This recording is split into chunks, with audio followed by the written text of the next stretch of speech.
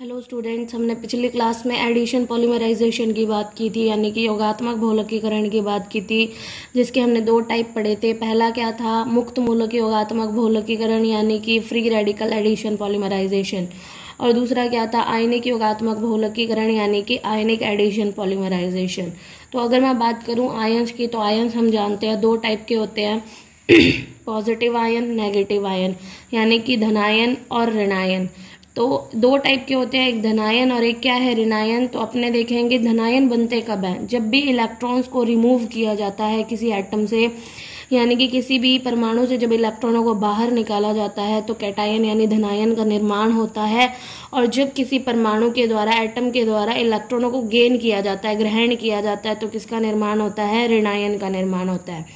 ठीक है, अब ध्यान से देखें कि जो धनायनी बहुलकीकरण अभिक्रिया है उसे अम्ल उत्प्रेरित अभिक्रिया भी कहा जाता है। अम्ल उत्प्रेरित अभिक्रिया यानी कि एसिड कैटालिटिक रिएक्शन। इसके अंदर इसका क्या मतलब है कि इसके अंदर जो एसिड होते हैं वो किसका काम करते हैं? कैटलिस्ट का काम करते होते हैं, उत्प्रेरक का काम करते होते हैं। कौन से एसिड? या तो प्रोटॉन H+, यहाँ कैटलिस्ट का काम करेगा, या फिर लुईस एसिड। लुईस एसिड क्या होते हैं? लुईस अम्ल वो होते हैं जो इलेक्ट्रॉनों को गेन करने की नेचर रखते हैं, यानी कि इलेक्ट्रॉनों को ग्रहण करने की प्रवृत्ति रखते हैं। अब इलेक्ट्रॉनों को ग्रहण कौन करता है? इलेक्ट्रॉनों को ग्रहण करते हैं जिनके पास इलेक्ट्रॉनों की क्या होती है? कमी। For example AlCl3, BF3। अगर मैं BF3 को ध्यान से देखूं तो इसके 3 बॉन्ड है, 2 इलेक्ट्रॉन यहाँ है, 2 इलेक्ट्रॉन यहाँ है और 2 ही इलेक्ट्रॉन यहाँ है। तो टोटल बोरोन सेंट्रल एटम के पास 6 इलेक्ट्रॉन है। जबकि हम जानते हैं कि किसी भी एटम को स्टेबल होने के लिए यानी स्थायी होने के लिए अपने बाह्यतम कोश में, आउटर शेल में 8 इलेक्ट्रॉन्स करने पड़ते हैं।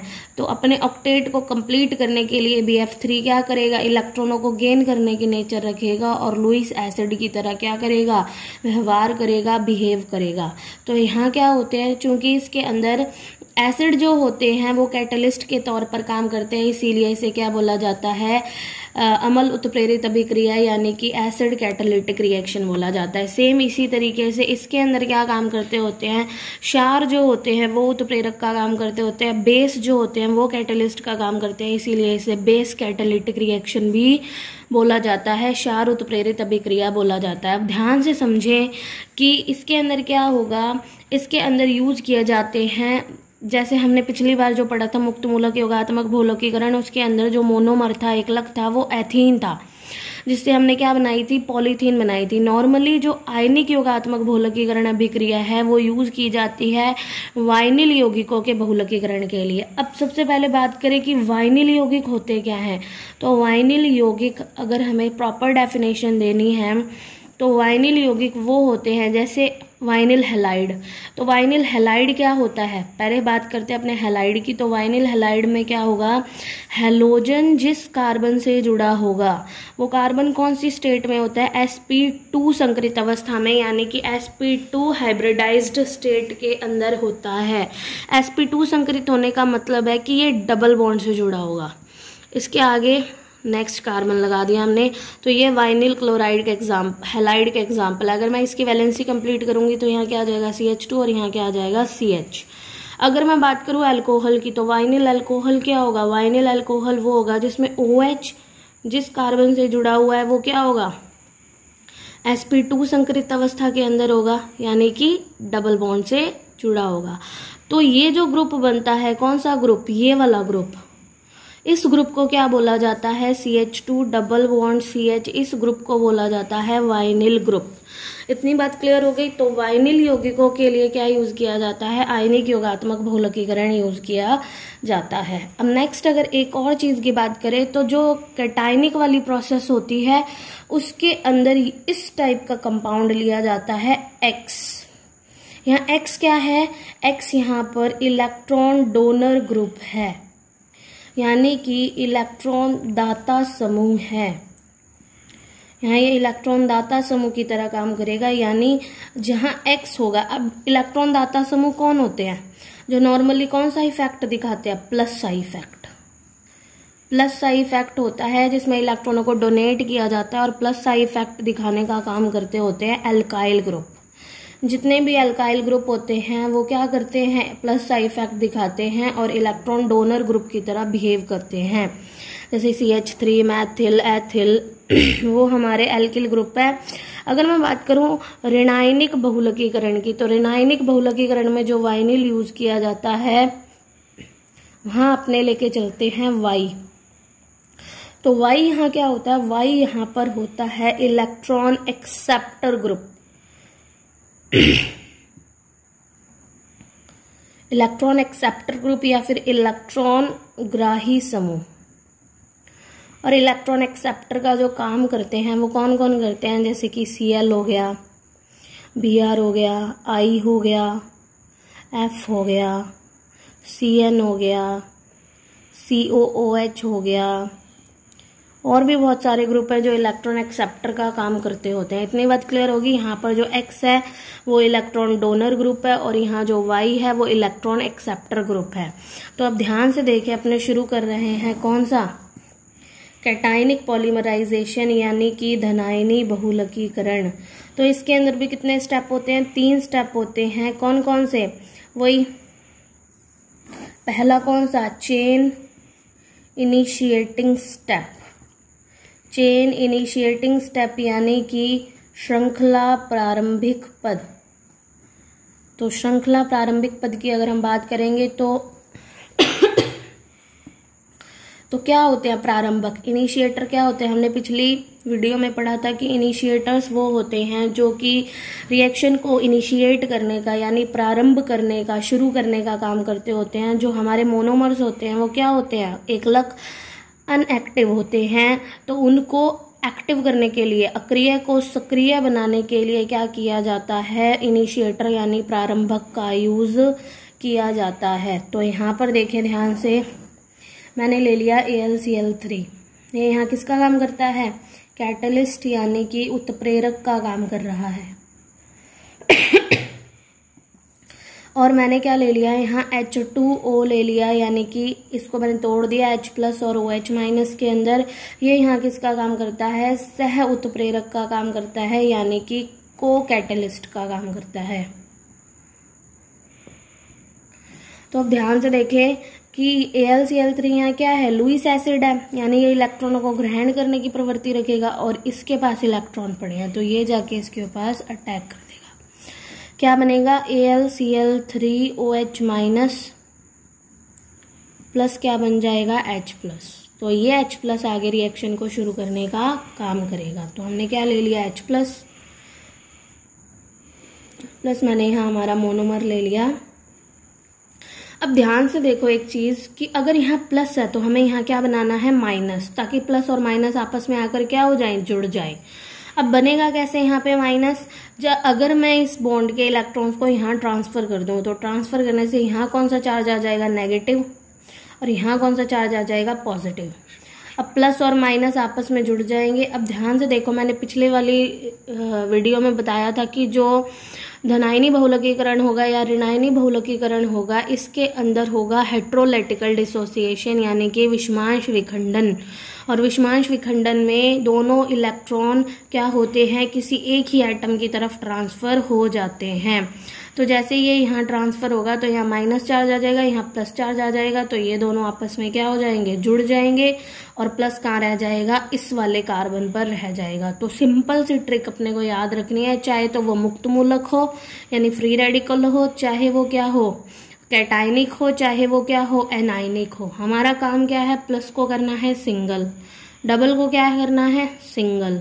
और ये जो चार्ज होता है उसको कहाँ खिसका देना होता है, कॉर्नर पे। अगर यहाँ मुक्त मूलक है तो मुक्त मूलक कॉर्नर पे खिसक जाएगा, अगर प्लस है तो प्लस खिसक जाएगा, अगर माइनस है तो माइनस खिसक जाएगा। तो देखो करना क्या है, डबल को क्या कर देना है, सिंगल, प्लस को भी क्या कर देना है, सिंगल। तो मैंने यहाँ प्लस को क्या कर दिया, सिंगल कर दिया, डबल को भी क्या कर दिया, सिंगल कर दिया, और जो चार्ज है उसको कहाँ खिसका दिया, कॉर्नर पे। तो ये हमारा फर्स्ट स्टेप हो गया। नेक्स्ट स्टेप है हमारा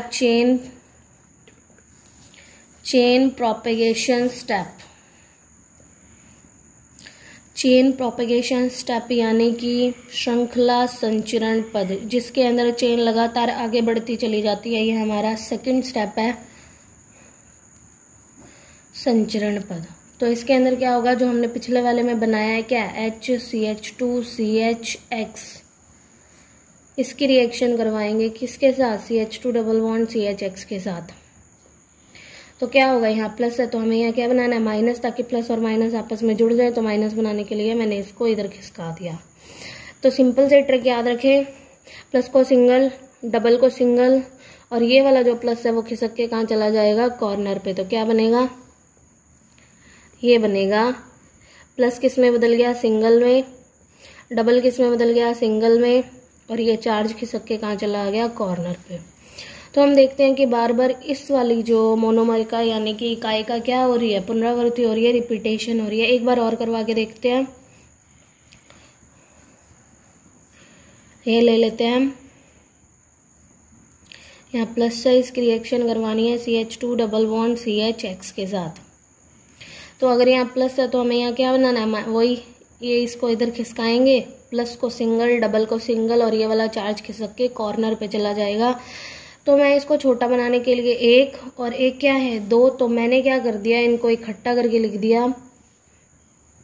हमें हर किसी में ऐसे ही करना है, चाहे वो फ्री रेडिकल हो, चाहे वो कैटायनिक हो, चाहे वो क्या हो, एनायनिक। तो ये दो बन गई। अब वही प्लस क्या था, सिंगल, डबल भी क्या है, सिंगल, और ये चार्ज खिसक के कहाँ चला गया, कॉर्नर पे। तो ये हमें कितने स्टेप तक लेके जानी है, n स्टेप तक हमें ये रिएक्शन करनी है। तो n स्टेप तक जब हम ये रिएक्शन करेंगे तो 2 की जगह क्या आ जाएगा, n आ जाएगा। तो इस तरीके से ये आ गया n। अब ध्यान से देखो कि जब हमने पिछला वाला टर्मिनेशन स्टेप किया था, third step, chain termination step यानी कि श्रृंखला समापन पद, तो पिछली वाले में हमने 4 स्टेप किए थे खत्म करने के लिए, लेकिन इसमें हम सिर्फ एक ही स्टेप के अंदर रिएक्शन को क्या कर देंगे, खत्म कर देंगे, श्रृंखला समापन पद। तो इसके अंदर ये जो ओवन लेके चलते हैं हम, HCH2 CHX N CH2 CHX। पिछले वाले जो फर्स्ट स्टेप में हमने क्या बनाया था, AlCl3OH माइनस बनाया था, वो ले लेना है यहाँ।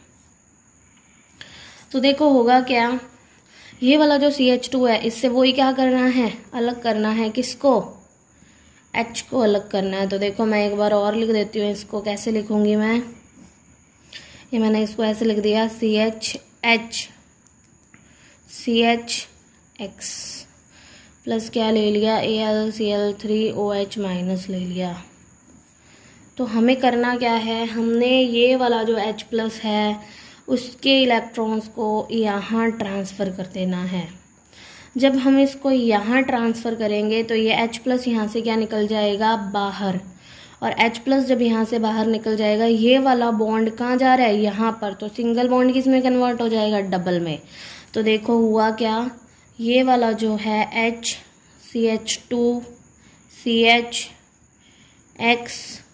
N, ये वाला H यहाँ से बाहर निकल गया तो H प्लस बाहर निकलेगा, OH माइनस मिलकर क्या बना लेंगे, H2O। AlCl3 कहाँ निकल जाएगा, अलग निकल जाएगा।